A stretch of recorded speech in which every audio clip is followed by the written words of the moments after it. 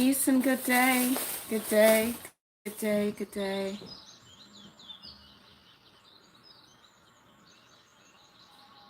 It's a beautiful new day. Kitty cat is running like crazy, and I see the sun rising up over the horizon through the trees. It's very beautiful seeing the golden rays of the sun peeking out from behind the trees.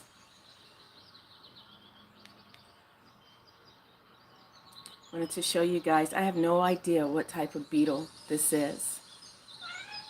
Let me know if you do know. Let's see. A friend of mine gave this to me. I'm going to give it to my 10-year-old. I don't know. None of my kids are really into bugs. When I was little, I remember playing with daddy long legs and roly-polies. You won't find me near any of those nowadays. Probably the only insect that doesn't give me the heebie-jeebies are lightning bugs. No, Nala, those are not your vitamins.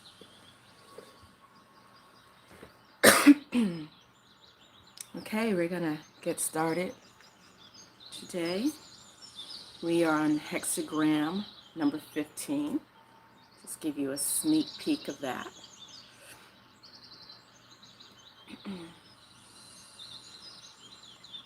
Hexagram number 15, modesty. Humility, modesty, self-effacement. Oh, let me get this from her. Where did you take that vitamin? No. She is a busybody. As soon as I wake up, I used to have her sleep in a bed with me, but her new favorite thing is to climb up on my bookshelves, mess around with my plants, dig in my closet, so she is locked out the room at night.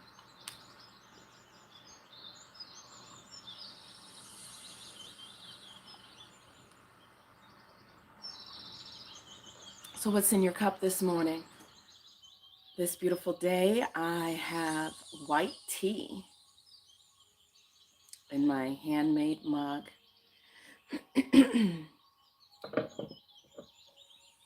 All right, without further ado, let's go ahead and get started. And from Eckhart Tolle, Who You Truly Are. Message for today. There is a sacredness to everything you perceive when you are present. The more you live in the now, the more you sense the simple yet profound joy of being and the sacredness of all life. She, when I close the door at night, she has a little tree. Welcome, Divine L. She's got a little tree stand. Sometimes she sleeps on that. She does have a little bed, but I still have the art table set up in my living room. And I notice when I do come out of my room at nighttime to go to the potty, she's under the art table, which is kind of cornered off like a little fortress. So it used to be she would scratch and claw at my bedroom door, but I couldn't let her in because she would keep me awake all night, and I need my sleep. When I go to, I'm one of those people, do not wake me up unless it's an emergency. Because I'm like a lioness. Don't wake me up unless the house is burning down. Okay, so let's see what goddess energy we have today, what divine feminine we're going to encounter. And forgive me, I have to clear my throat a little bit. I guess I should have done this before I came live. But again, you guys are the first people I've spoken to. All right, what goddess energy will we meet this beautiful day? Okay, so 6 is calling to 1, 2, 3, 4, 5, and 6. Oh, wow. We got Vila again, shape-shifting. So are we being called to do a little more shape-shifting, some transformative work?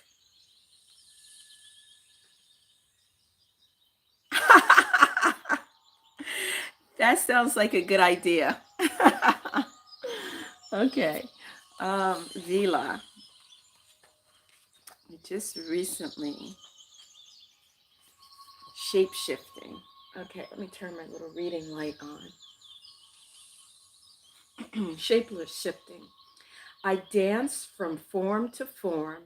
I shift from shape to shape, ever changing, ever expanding, ever becoming. I am flexible. For by changing my form, I freely flow with all that comes my way. I am consciousness, for by shifting my shape, I gain an expanded awareness of what is to be. I waltz a whirlwind, tango a tree, salsa a swan, or just plain foxtrot. My dance is an affinity with all, for I am able to become all in order to know all. Becoming all dissolves form. Knowing all creates oneness. The illusion is that you have a separate shape. Vila is the Eastern European name for the goddess energy moving through the earth as nature. Vili are very protective of their terrain, and Vili again is the plural form of Vila. Vili are very protective of their terrain and use their arrows of death on those who trespass. They are consummate shapeshifters, able to change into animals such as snakes, swans, falcons, and horses. They love to play and dance. If contacted in the forest on a moonlit night, they might grant health, wealth, abundant crops, or they might, if shown disrespect, dance the offender to death. Vila has come dancing into your life in her many forms to teach you to nourish wholeness by learning to shapeshift. Have you been too long in one form? Are you feeling stiff and stagnant, losing flexibility in your way of thinking and becoming? Or perhaps you feel that the human is the most important being in creation, that the rocks, trees, animals, earth, etc., are lesser forms. It is time to expand your awareness, to enhance your flexibility by gaining the perspective of other forms. Vila says the way to wholeness lies in experiencing the whole of creation.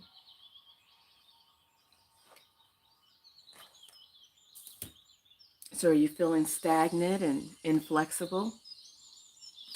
Maybe it's time to exhale and breathe in a little Vila.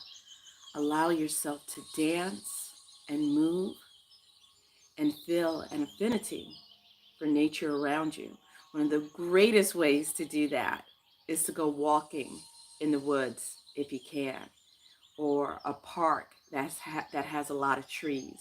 Lean against those trees, hug. Yes, I am literally a tree hugger. Hug the trees. Put your blanket down in the grass, or even just lay in the grass and get to know the grass, get to know the earth, get to know the creepy little crawly critters.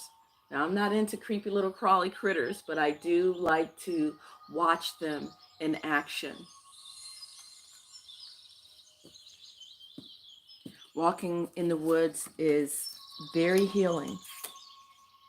It entrains the brain to alpha waves, which is a state of awareness and creativity.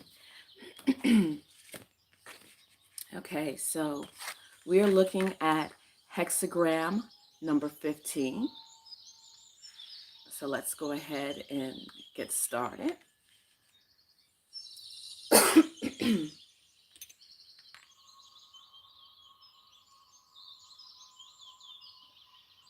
So hexagram number 15, Gua 15.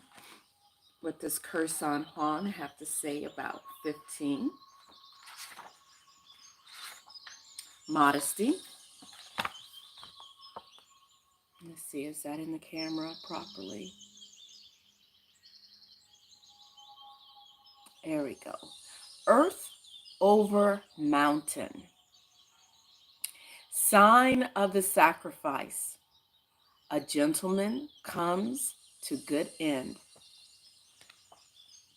And we always start from the bottom with the mountain bagua, the mountain energy, mountain bagua, and then the earth. Modest gentleman crossing the great stream. All goes well. Known for modesty, good omen. Achieving in modesty. A gentleman comes to good end.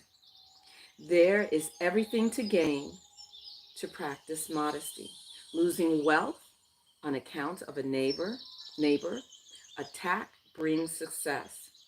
Known for modesty, auspicious to take military action to pacify the provinces. Have no idea what any of that means, and that's why return to Binabel Win. So we're going to break down the hexagram into its Bagua elements, and the first of which is mountain. And these two are actually face to face with each other. Mountain is the 7th Bagua, and earth is the 8th Bagua. And it's interesting how we have it as the 8th because this, the evenness of this, reminds me of the infinity symbol.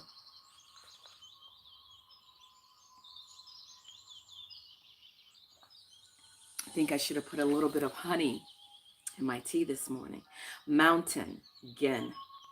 Keeping still. Preserving energy through stability. Resting, respite. Completion, discipline. Resting state, rumination, meditation, cultivation. And of course, the element is earth. The direction is northwest. The season of the yellow path is spring equinox.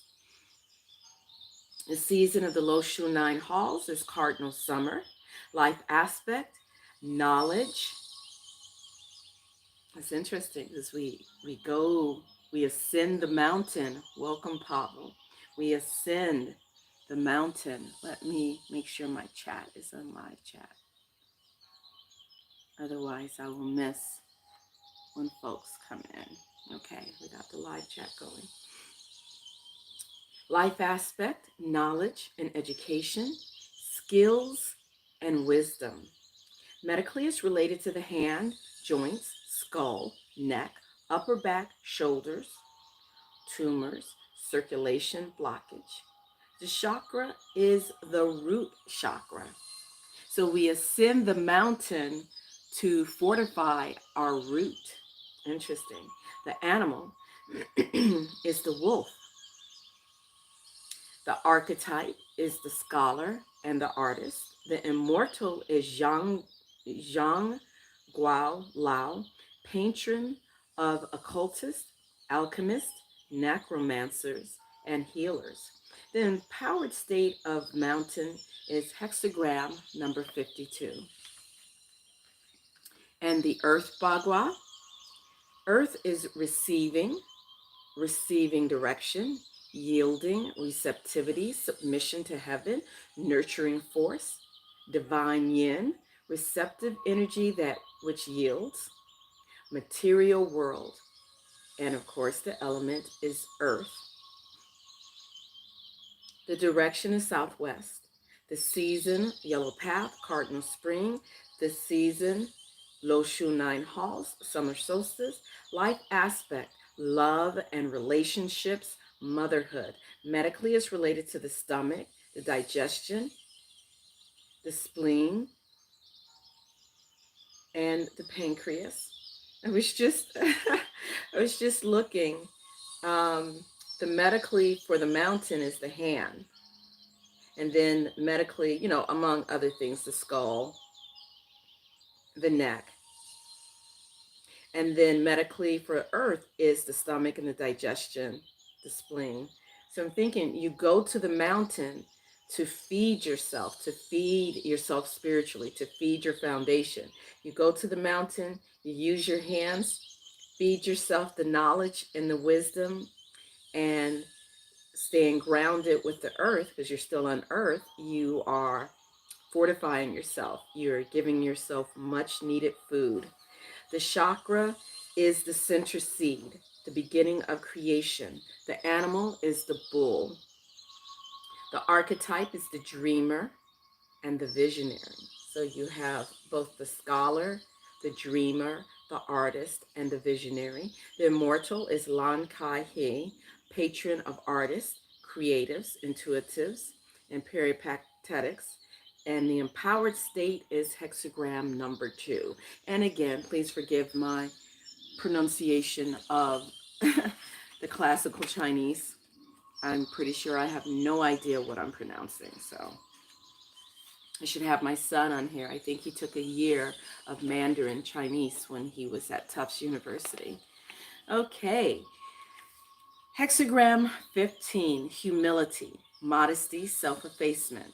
And Benabel Wynn says, modesty will help you achieve success in your endeavor. Demonstrating your lowliness is a form of self-protection. The good king can overcome great obstacles by demonstrating humility. You will make progress on the endeavor so long as you neither censor others nor praise them. There is no need to prove how knowledgeable you are. Exercise moderate movement. Watch yourself as if you were the enemy. Ooh, that's really deep. Watch yourself as if you were the enemy. That's not something we normally think about. However, it does go hand in hand with that saying, sometimes we use it for people who say are stuck in their cycle of addictions, um, stuck in all sorts of cycles that do not benefit them. And we all, at one time or another, have been in that situation where we find ourselves stuck in a cycle. And there are, unfortunately, many of us who are lifelong, 20, 30 years stuck in cycles, habitual cycles that do nothing but drag us down, like the cycle of constantly drinking every night, drinking too much, um, the cycle of, drug usage that is not good for us, or the cycle of constantly spending money to the point where there's never anything saved or whatever. And we say to those people, they are their own worst enemies. We can be our best sage, and we can be our own worst enemy. So the I Ching is addressing us to watch ourselves, to watch our movements, watch what we're doing, watch our thoughts that come into our head, our self-defeating thoughts. Those are not thoughts of humility and of being humble. Remember, humility is about knowing your place, knowing how to be gracious, a moderate way of thinking. It's not about calling yourself an idiot when you've misplaced your keys, calling yourself stupid when you've done X, Y, and Z, holding yourself in such a horrid state because you've made a wrong decision. That's not humility.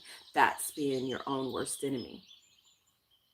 Now, again, you can also be your own worst enemy by not recognizing your faults and continuing to indulge them and not recognizing them and taming them and moving forward. Initiating is not the challenge. So we'll go back. There is no need to prove how knowledgeable you are. Exercise moderate movement. Watch yourself as if you were the enemy. Initiating is not the challenge. Completion is the obstacle. What is most important for you is to follow through. So, humility, modesty, self effacement, earth over mountain, hexagram number 15, is about modesty, deeply knowing who you are, growing in knowledge, and making sure you're running a tight shift with yourself. No one else. This isn't about others. Okay. And the Osho I Ching, modesty, the keywords are moderation, humility, keep it simple, lack of pretension, self-respect, sincerity, and respectability. Self-respect. When you've been engaging in your addictions, do you respect yourself? Do you look respectable to others? Something to think about. Okay, and what does Brother Brian Brown Walker? And of course, I'm a little bit obsessive about showing this book because I want everyone to get it. It's awesome. The I Ching, or Book of Changes, a guide to life's turning points. I really like this translation a lot. And again, if you're not interested in really deep, like reading the I Ching for others, and you want something for devotional, for, daily reading, daily meditation, this one is the best. 15, Chien, modesty. Always let you see what the page of that I Ching, or that hexagram, looks like. So modesty. The creative acts to empty what is full and to offer abundance to what is modest. This hexagram suggests that a deepening of one's modesty now is a sure means of improving the situation. There is no power so great as modesty for compelling the assistance of the sage, nor one so hindering as immodesty. Those in high places who retain their modesty are loved by all and continually prosper. Those below who cultivate modesty inevitably rise on the strength of their merits without making enemies along the way. But what does modesty mean? Certainly, it entails a refusal to boast or act imperiously with others, even in small ways. But beyond this steadfast humility, it also means that our efforts to discern what is right and then do it is constant. We do not work against ourselves, and we do not indulge in doubts about the wisdom of correct conduct. This unwavering commitment to what is correct might be called the modesty before the sage. So there is in modesty a component of non-action. That is, not indulging in arrogant, ego-centered behavior, as well as a component of active effort, looking for opportunities to correct ourselves, to assist justice where there is injustice, to feed where there is hunger, to give solace where there is pain. Finally, and most plainly, modesty means holding to innocence, serenity, and openness in every situation. To do this is to empty yourself and make room for the blessings of the creative to root. And we all know that anytime the creative, I'm not sure if that's always mentioned in other translations. I'm sure it probably is, but the creative is like another way of saying divine source, God, source of life. And I also like to use the term of life. So there you have it. Okay, and this is going to be a short one today, although I have no idea how long I've been on. I want to go ahead and pull a card for us from the Spirit Keepers Tarot. And don't forget, later on, I know we have Divine L here, and I believe she does her morning guidance missions. How is it? Daily guidance mission. Oh no, daily mission guidance. I'm so sorry. On the Divine Needle channel on YouTube. So you want to check that out. So we're going to look at the, is that upside down? Yeah. Spirit Keepers Tarot. Pavel says, it reminds me of the saying, keep your friends close, but keep your enemy closer. It's all about being mindful. That is really true, Pavel. And keep your enemy closer. And I would sum all of that up with the ancient Kemetic maxim of know thyself. Know thyself. So that you know yourself as a friend and you know your enemy self, the part of you that is of the lower influence. Okay, so let me go ahead and shuffle this deck.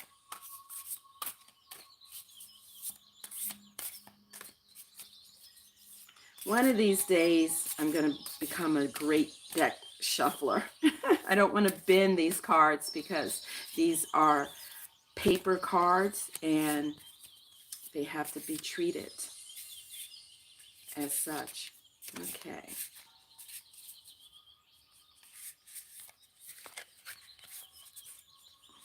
So let's get to the truth of what is in store. What is the energy to be aware of and guiding us today? We're going to look at the truth of it in the 9th card, 2.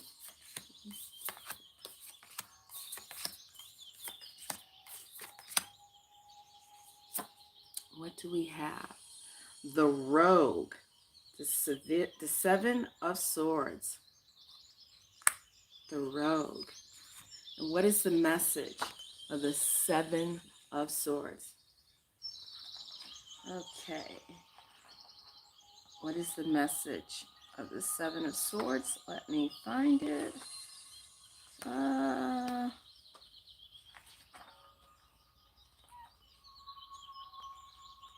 Okay, just give me one moment. Okay, we got the 6s, and welcome to Pooja Patel.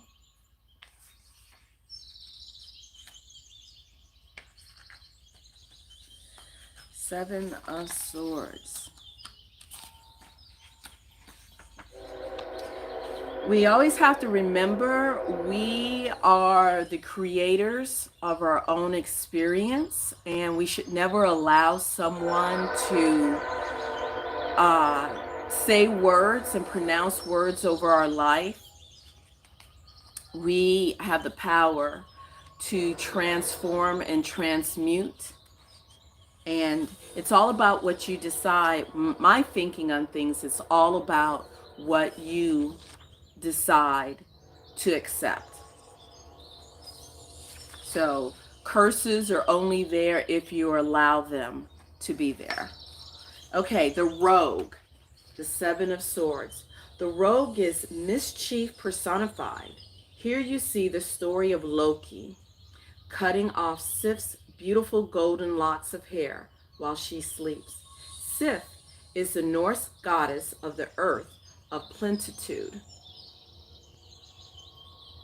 and the grains, affinity, fertility, family, marriage, mother of might, and magnificence. She was also a seer. The mind, the thought plane, and the intellect are the weakening barriers to materialize success. The Seven of Swords denotes an unstable mind and unstable efforts. Your own thoughts and judgment are what undermine fruition. The rogue is the spirit of cunning and scheming. We see compromised integrity, yet the rogue is also the personification of one who is misunderstood. So when this spirit appears to you, you are the rogue in pursuit of an undertaking that diverges from the mainstream. You may get blowback for it, and yet take heart that the toad on the lily pad is symbolic of a rainmaker, an omen of ambition that begets plenitude, while the snail calls in the grace of the eminence, the blessings of the nine of orbs.